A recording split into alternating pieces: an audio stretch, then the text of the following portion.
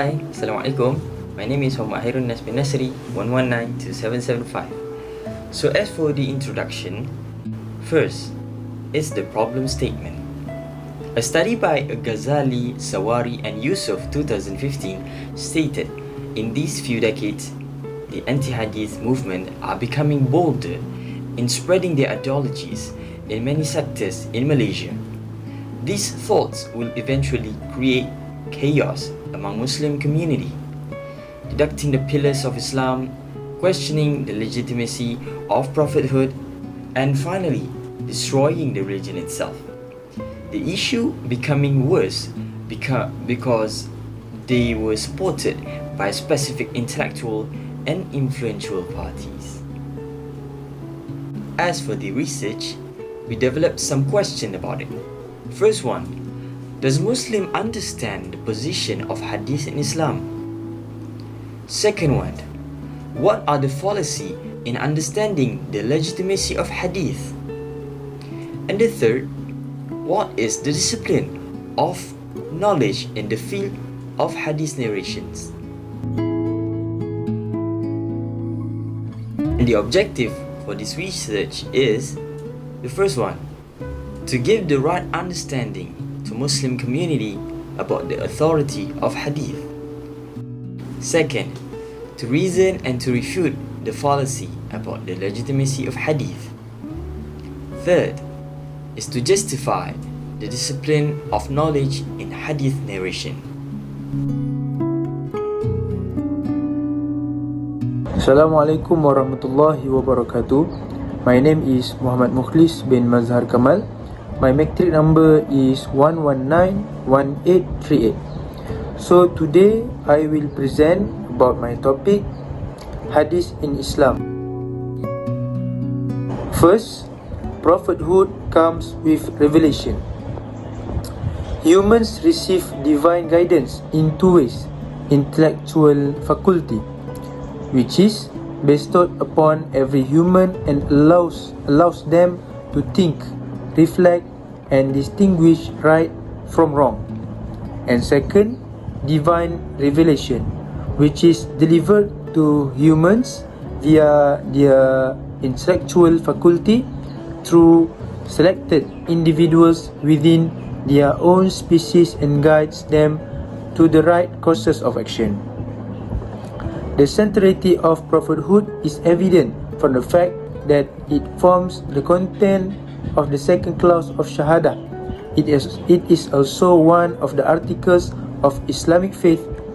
The source of legitimacy for being a prophet is Allah subhanahu wa ta'ala via His revelation. The prophets, peace be upon them, function as a channel to receive and transmit the divine revelation to humankind. True revelation and prophethood are not the same. They overlap and are very much interrelated. Secondly,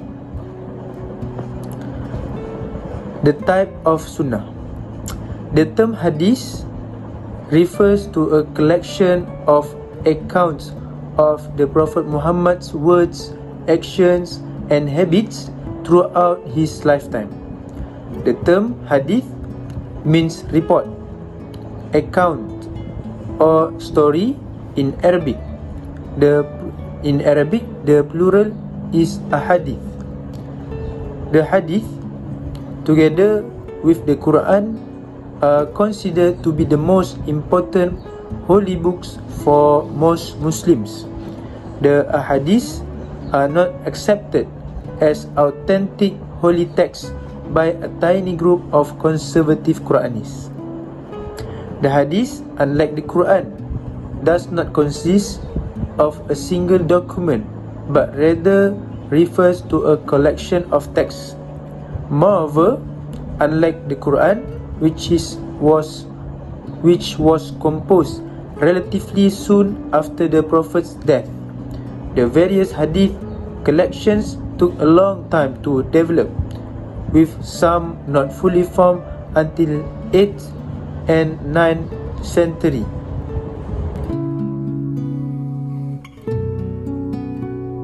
Hi, Assalamualaikum warahmatullahi wabarakatuh.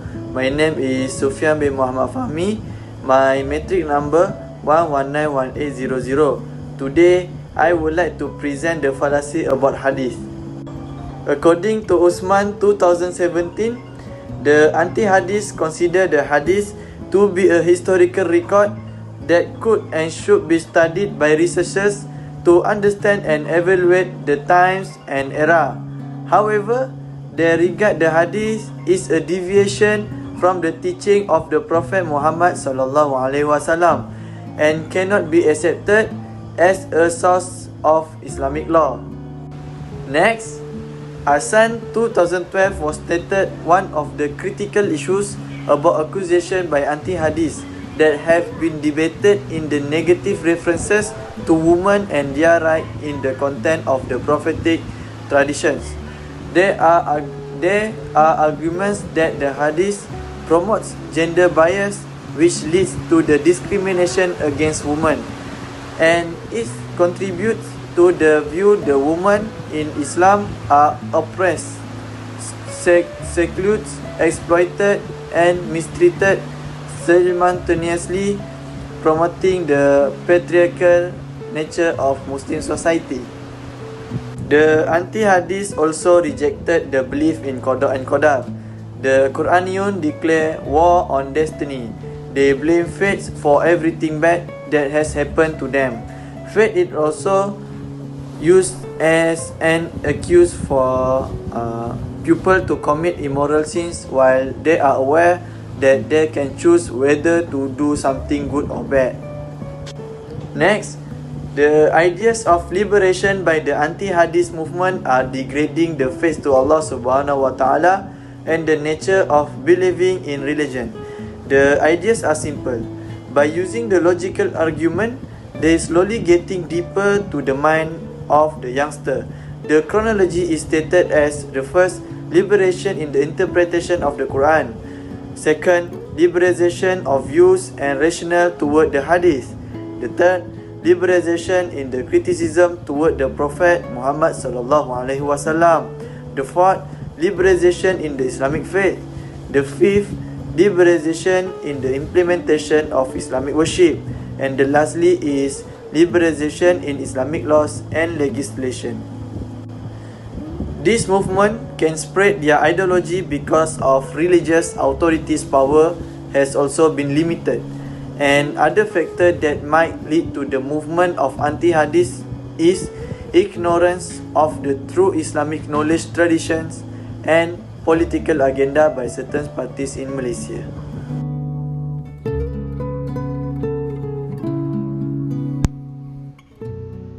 Assalamualaikum warahmatullahi wabarakatuh. My name is Muhammad YUSUF bin ABDUL MAJID, metric number 1191822. I will explain about the discipline of knowledge in hadith narration.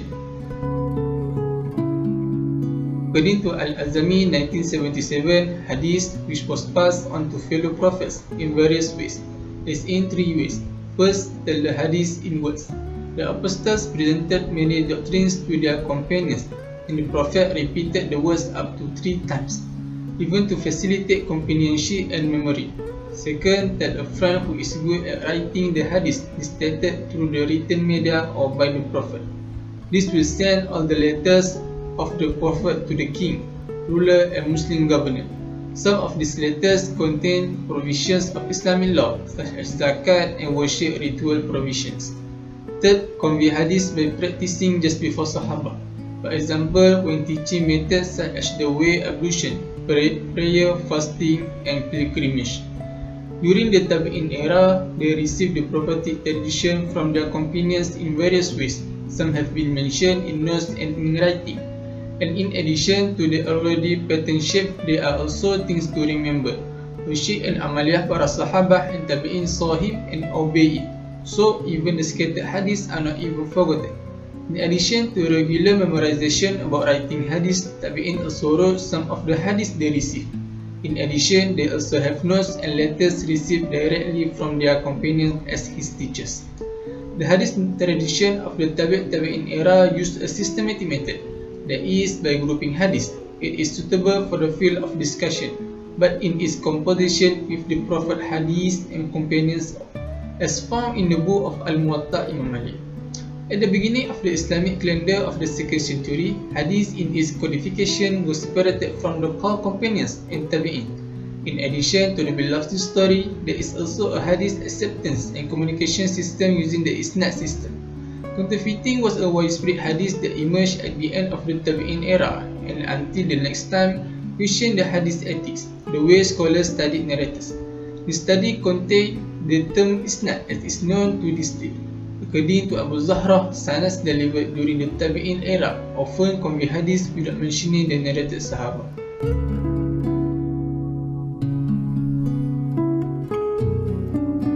And for the conclusion, the prophetic tradition or hadith is the second source of Islamic jurisprudence.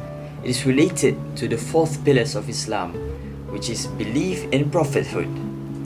By testifying the word of Shahada, becoming a Muslim and believe in the Prophet, one must also believe in his words.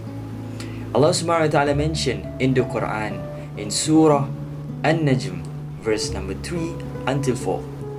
وَمَا يَنطِقُ عَنِ الْهَوَىٰ إِنْ هُوَ إِلَّا وَحْيٌ يُوحَىٰ, means that nor does he speak from his own inclination. It is not but a revelation revealed. It means that whatever the Prophet ﷺ said is a revelation and not from his own lust. We also suggest under this topic to the authorities, to the Muslim Council, we urge, such as Jabatan Agama Islam on each state or Jabatan Kemajuan Islam Malaysia, JAKIM, to enhance, to try to re-establish the enactment, try to eradicate all of the accusation of Anti-Hadith or the so-called Quraniyun about the fallacy of Hadith. As a Muslim, we need to get the real understanding about the Hadith narration. We cannot simply let other people to say something wrong about the Prophet and his words, because it's related to the Shahada and also related to the faith of the religion itself.